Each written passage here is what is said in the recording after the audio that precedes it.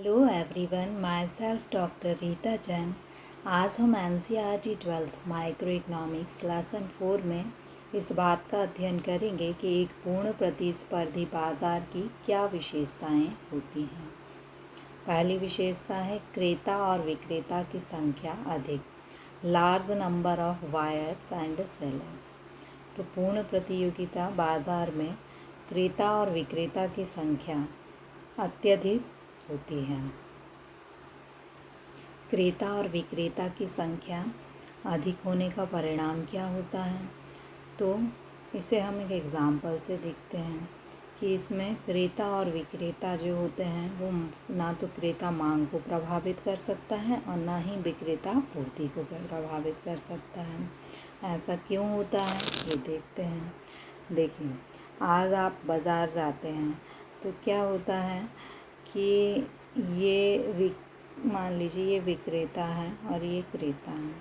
बहुत पूर्ण प्रतियोगिता में बहुत सारे होते हैं, लेकिन आज जो हम बाज़ार में जाते हैं वो अपूर्ण प्रतियोगिता होती है और उसमें क्रेता विक्रेता कम होते हैं।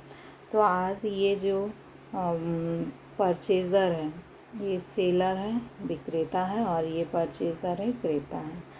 आज रियल बाज़ार में क्या होता है कि आप क्रेता हैं, आप खरीदने गए और आपने कहा कि मैं इस सेलर के पास गए, क्रेता के पास गए और आपने कहा कि मैं ज़्यादा वस्तु लूँगा, क्या मुझे कम कीमत पर मिल जाएगी? तो विक्रेता कहेगा कि हाँ, मिल जाएगी। यानी आपने कीमत को कम करवा कर ज़्यादा वस्तु की मांग कर दी, यानी क्रेता मांग को प्रभावित करने की स्थिति में हो गया।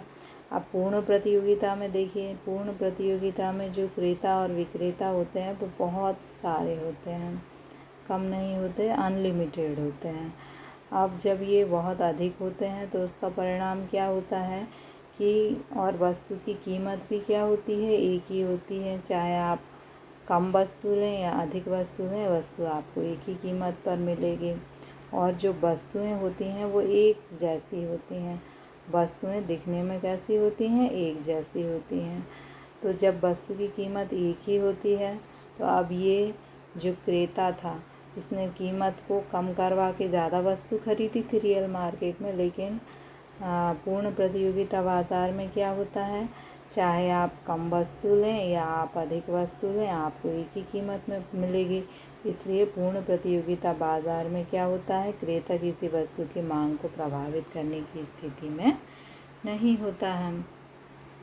अब हम विक्रेता को देखें। आज जो हम रियल बाज़ार है, जिस बाज़ार में हम जाते हैं, ये विक्रेता कहे कि मुझे सप्लाई अधिक करना है, पूर्ति अधिक करना है, तो ये वस्तु की कीमत को क्या कर दे, वस्तु की कीमत को कम कर दे।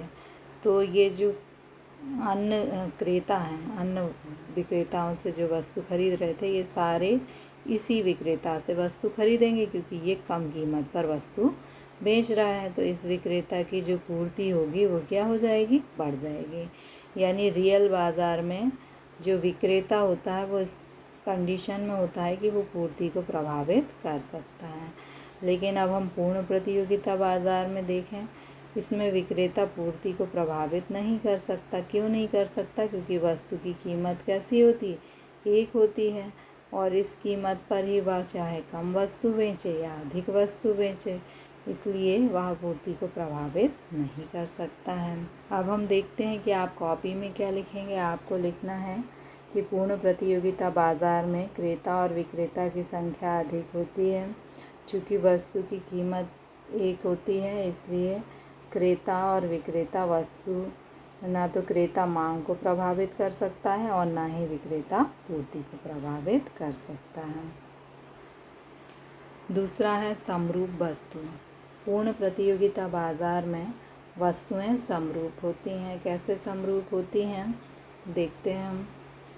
पहला है कि वस्तु की किस्म, ये जो वस्तुएं हैं वो उनकी किस्म कैसी है, एक समान है। आकार आपको दिख रहा है कि वस्तुओं का आकार भी कैसा है, एक समान है। गुण कैसे हैं, इनके अंदर जो भी गुण हैं वो भी क्या हैं, समान है। पैकिंग तो आपको दिख ही रही है कि एक समान है। और इसका परिणाम क्या होता है कि जो क्रेता होता है उसके लिए सारी वस्तुएं एक जैसी होती हैं और वस्तुएं एक दूसरे की पूर्ण प्रतिस्थापन बन जाती है। पूर्ण प्रतिस्थापन यानी एक की जगह दूसरे का प्रयोग करना संभव होता है। अब हम देखते हैं कि आप कॉपी में क्या लिखेंगे। आप कॉपी में लिखेंगे कि पूर्ण प्रतियोगिता बाजार में वस्तुएं समरूप होती हैं, अर्थात वे किस्म, आकार, गुण और पैकिंग में एक समान होती हैं, इसलिए वस्तुएं एक दूसरे की पूर्ण प्रतिस्थापन बन जाती हैं। थर्ड पॉइंट है बाजार का पूर्ण ज्ञान, perfect knowledge of the market. अब बाजार का पूर्ण ज्ञान किसे होता है? क्रेता और विक्रेता को होता है। बाजार का क्या ज्ञान होता है? यह ज्ञान होता है कि वह सभी वस्तुओं की कीमत एक है और वस्तुएं समरूप हैं। पूरे बाजार में वस्तु एक ही कीमत पर बिकती है और सारी वस्तुएं एक जैसी ही होती हैं। अब इसका परिणाम क्या होता है? इसका परिणाम ये होता है कि जो क्रेता है वो अधिक कीमत देने तैयार नहीं होता। आप बाज़ार में जाएं और आपको पता हो कि वस्तु की कीमत सभी दुकानों पर एक ही है, तो क्या आप अधिक कीमत देंगे किसी दुकानदार को? नहीं देंगे। और दूसरी तरफ विक्रेता को बाज़ार के पूर्ण ज्ञान का क्या फ़ायदा होता है कि उसे बिक्री लागत वहन नहीं करनी पड़ती। बिक्री लागत क्या होती है? आज रियल बाज़ार जो अपूर्ण प्रतियोगिता बाज़ार होता है उसमें कंपनियों को क्या होता है? विज्ञापन पर व्यय करना पड़ते हैं कि मेरी वस्तु ज़्यादा अच्छी है, इसलिए ये भले अधिक कीमत पर मिले लेकिन आप इस वस्तु को लें। लेकिन यहाँ पर कीमत को विक्रेता प्रभावित नहीं कर सकता, इसलिए वह विज्ञापन भी नहीं करता है और उसे विज्ञापन को ही हम क्या कहते हैं? बिक्री लागत। तो क्रेता को क्या फ़ायदा होता है पूर्ण ज्ञान का कि उसे अधिक कीमत नहीं देनी पड़ती। विक्रेता को क्या फ़ायदा होता है कि उसे बिक्री लागतें वहन नहीं करनी पड़ती हैं। अब आप कॉपी में क्या लिखेंगे कि पूर्ण प्रतियोगिता बाज़ार में क्रेता और विक्रेता को बाज़ार का पूर्ण ज्ञान होता है कि बाज़ार क्योंकि इसमें वस्तुएं एक ही कीमत पर बिकती हैं और सारी वस्तुएं कैसी होती हैं? समरूप होती हैं। बाज़ार के पूर्ण ज्ञान से क्रेता किसी भी वस्तु का अधिक मूल्य देने तैयार नहीं होता और विक्रेता को किसी भी प्रकार की बिक्री लागतें वहन नहीं करनी पड़ती हैं। अगली विशेषता है स्वतंत्र प्रवेश एवं बहिर्गमन, फ्री एंट्री एंड एग्जिट। स्वतंत्रता का किसकी होती है? प्रवेश की और बहिर्गमन की।